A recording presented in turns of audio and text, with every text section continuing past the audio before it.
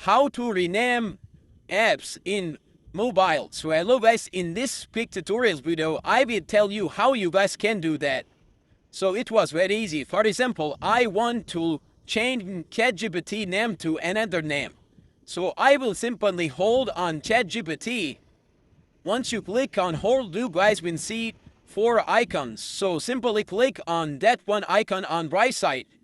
Once you click on that, you guys can see edit cancel app name.